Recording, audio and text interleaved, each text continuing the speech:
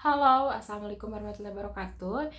Di sini aku mau share atau ngebahas setelah aku melewati semester 2 kemarin, di mana untuk jurusan keperawatan, prodi D3 keperawatan ini untuk perkuliahan aku kemarin yaitu ada 22 SKS, yaitu terdiri dari mata kuliah patofisiologi, bahasa Indonesia untuk penulisan karya ilmiah, gizi dan diet, metodologi keperawatan, pendidikan kewarganegaraan, ibadah muamalah, bahasa asing, farmakologi, dan keperawatan dasar. Nah, dari ke-9 mata kuliah itu, untuk yang mengadakan OSCE di semester 2 itu adalah keperawatan dasar atau KEPDAS, di mana kenapa sih gitu mata kuliah itu harus di OSCE-kan? Jawabannya karena mata kuliah itu yang akan kita praktekkan ke rumah sakit ketika praktik kita nanti. Nah, dimana kalau di perkuliahan aku di kampus aku itu kemarin semester 2 aku belajar teori lah ibaratnya untuk keperawatan dasar itu isinya mengenai tentang pemasangan infus, kateter, NGT, terus pemulasaran jenazah dan lain-lain, pokoknya banyak banget mengenai memang tindakan-tindakan yang memang dikategorikan dasar gitu, perawat harus bisa gitu. Nah, nanti untuk praktiknya itu kebetulan akan ada di semester 3 kalau di universitas aku. Nanti Desember nanti aku bakalan praktek klinik pertama ke rumah sakit, yaitu mengimplementasikan teori-teori yang sudah dipelajari di semester 2 kemarin mengenai keperawatan dasar. Nah, untuk OSCE itu dilaksanakan karena untuk mengukur kemampuan kita sejauh mana teori yang kita pelajari dan praktek yang kita mampu, di mana kita harus mengaplikasikan teori dan praktek itu. Maka diadakanlah OSCE untuk mengukur kemampuan kita. Apakah kita sudah layak atau belum untuk bisa terjun ke rumah sakit, seperti itu kurang lebih. Nah, untuk keperawatan dasar itu lumayan, SKS-nya banyak, ada 5, dan ya memang lumayan padat dan setiap pertemuan kadang lama gitu kalau untuk yang keperawatan dasar ini gitu. Nah, untuk mata kuliah yang kedua, aku akan bahas tentang farmakologi. Nah, kenapa sih ada farmakologi di semester 2? Nah, berhubung kita akan praktek ke rumah sakit untuk yang pertama kalinya, nah kita mempelajari lah gitu bagaimana prinsip 6 benar pemberian obat, terus misalkan jenis-jenis obat, terus tanda-tanda ini obat apa, ini obat yang dimasukkan melalui apa, kayak gitu, terus efek samping obat. Setidaknya kita sebagai perawat itu harus tahu juga gitu efek samping dari obat, bagaimana pemberian obat yang benar, terus banyaklah pokoknya tentang obat-obat itu. Kita juga mempelajari cairan infus, terus obat yang dimasukkan lewat anus, yang melalui ora, yang melalui parentera, yang melalui intravena, bukal, sublingual, ataupun yang nebulisasi atau yang buat diisep kayak gitu kan.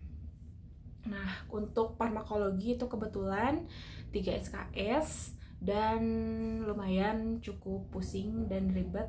Kemarin ada pengenalan jenis obat, diperlihatkan dari bentuknya, terus ada video-videonya juga diperlihatkan gitu.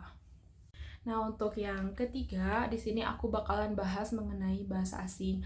Untuk bahasa asing sih sebenarnya diadakan di universitas aku karena setahu aku universitas aku itu bekerja sama dengan lembaga luar negeri gitu, termasuk Jepang, untuk akhirnya nanti ketika lulus akan ada pendistribusian gitu, penyaluran kerja di Jepang. Jadi untuk bahasa-bahasa dasar yang memang dipelajari, kebetulan di semester 1 dipelajari bahasa Jepang 1 dan di semester 2 dipelajari bahasa Jepang 2. Kebetulan untuk semester 3 nanti yang dipelajari bukan bahasa Jepang tapi bahasa Inggris, seperti itu.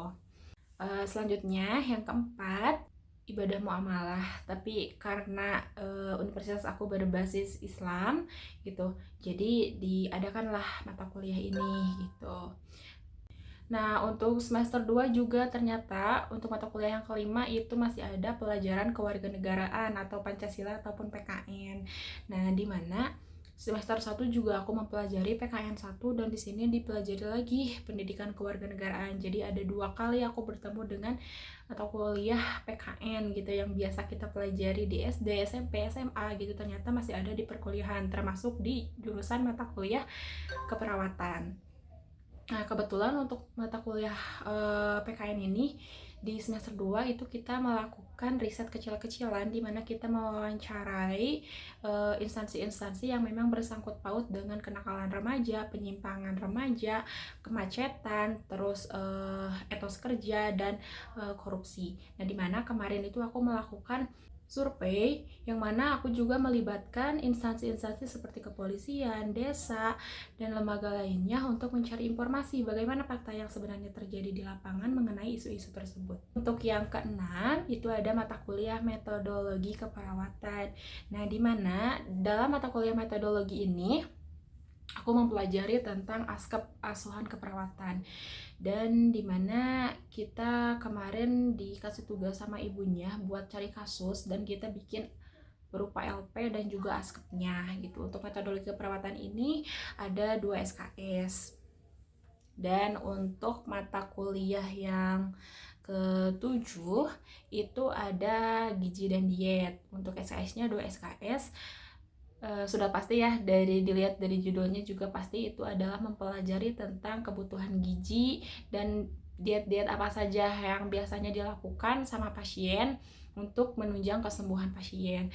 Nah, dalam mata kuliah gizi dan diet ini kita juga ada hitung-hitungan. Selanjutnya kita juga mempelajari makanan-makanan apa yang cocok untuk penyakit ini, untuk makanan-makanan apa yang tidak boleh dimakan oleh pasien yang sedang mengalami sakit ini. Nah, untuk pasien-pasien misalkan yang kekurangan nutrisi, kita bagaimana cara kita sebagai perawat untuk memenuhi nutrisi pasien gitu. Salah satunya bisa berkolaborasi dengan tenaga medis lainnya seperti ahli gizi ketika di rumah sakit, ataupun kita bisa menyarankan makanan-makanan yang memang layak dikonsumsi pada pasien-pasien yang memang seharusnya terpenuhi nutrisinya, itu makanan apa saja, kurang lebih seperti itu. Nah, untuk yang ke-8 itu adalah bahasa Indonesia untuk penulisan karya ilmiah. Jadi ini sebenarnya dasar karena aku ngambil D3 keperawatan, jadi diploma ya, kita ngambilnya vokasi. Nah, untuk tugas akhirnya pun nanti tidak berupa skripsi tapi berupa karya tulis ilmiah gitu. Jadi beda tahapannya sama yang ngambil S1. Nah, dipelajarilah di sini misalkan harus ada apa aja, terus bagaimana kita cara mencari sumber, bagaimana kita menulis daftar isi, pokoknya seputar seperti itu gitu. Tapi karya tulis yang kita bahas itu bukan mengenai umum, tapi cenderung merujuk pada karya tulis yang dituangkan dalam pembahasan kesehatan seperti itu. Nah, untuk yang terakhir di sini ada mata kuliah patofisiologi, di mana mata kuliah ini mempunyai 2 SKS yang mempelajari tentang perjalanan penyakit, dimulai dari pembahasan sel, terus ada apa aja di dalam sel, terus misalkan penyakit ini terjadi karena apa, terus bagaimana perjalanan sehingga penyakit ini bisa ada. Dan ya gitu, pokoknya kalau disingkatin itu patofisiologi itu membahas tentang perjalanan penyakit gitu. Nah, mungkin itu mata kuliah di semester 2. Untuk dari 9 mata kuliah itu yang paling pusing mungkin di keperawatan dasar sama farmakologi. Kenapa? Untuk keperawatan dasar kita harus mempersiapkan OSCE. Tapi sebelum masuk ke OSCE yang harus kalian siapkan itu, jadi mata kuliah keperawatan ini saling sambung menyambung gitu. Ketika semester 1 kita mempelajari biomedik dasar, nah itu di dalamnya itu sudah mencakup kita harus menghafal anatomi tubuh manusia dari mulai kerangka dan organ-organ yang ada di dalamnya gitu sampai yang terkecilnya. Nah, itu adalah akan nyambung ke keperawatan dasar. Misalkan kenapa ini di infus itu misalkan di mana intravena bagaimana perjalanan masuknya, bagaimana cara menusuknya, bagaimana kalau misalkan kelebihan cairan. Jadi semua itu bersangkut paut gitu. Jadi harus kalian pastikan bahwa di semester 1 kalian juga memahami mata kuliah kalian, apalagi untuk hafalan-hafalan anatomi tubuh manusia dan seluruh tubuh manusia dari luar sampai dalam, dari kaki sampai ujung kepala. Jadi mungkin itu untuk semester 2 cukup sulit untuk aku yang gak ada background di kesehatan, karena harus belajar ekstra lebih keras lagi.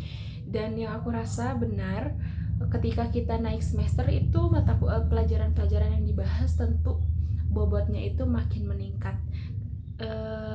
Kesulitannya makin sulit. Kalau dibilang sulit ya tinggal kita menyesuaikan aja dengan cara apa ya, mungkin dengan cara belajar. Dan gak ada yang tidak mungkin ketika kita mau belajar. Alhamdulillah aku bisa melewati semester 2 ini dengan baik. Semoga untuk kalian yang baru mau masuk kesehatan, kalian juga bisa lancar ngejalanin perkuliahan kalian, baik kalian yang menempuh keperawatan S1 ataupun D3. Dan untuk teman-teman semua yang baru mau masuk ke semester 2, semangat. Mungkin ini bisa jadi bekal kalian dan jadi referensi kalian dalam mempersiapkan semester 2 agar mendapat nilai yang baik dan pemahaman yang maksimal. Cukup sekian dari aku, semoga bermanfaat. Wassalamualaikum warahmatullahi wabarakatuh.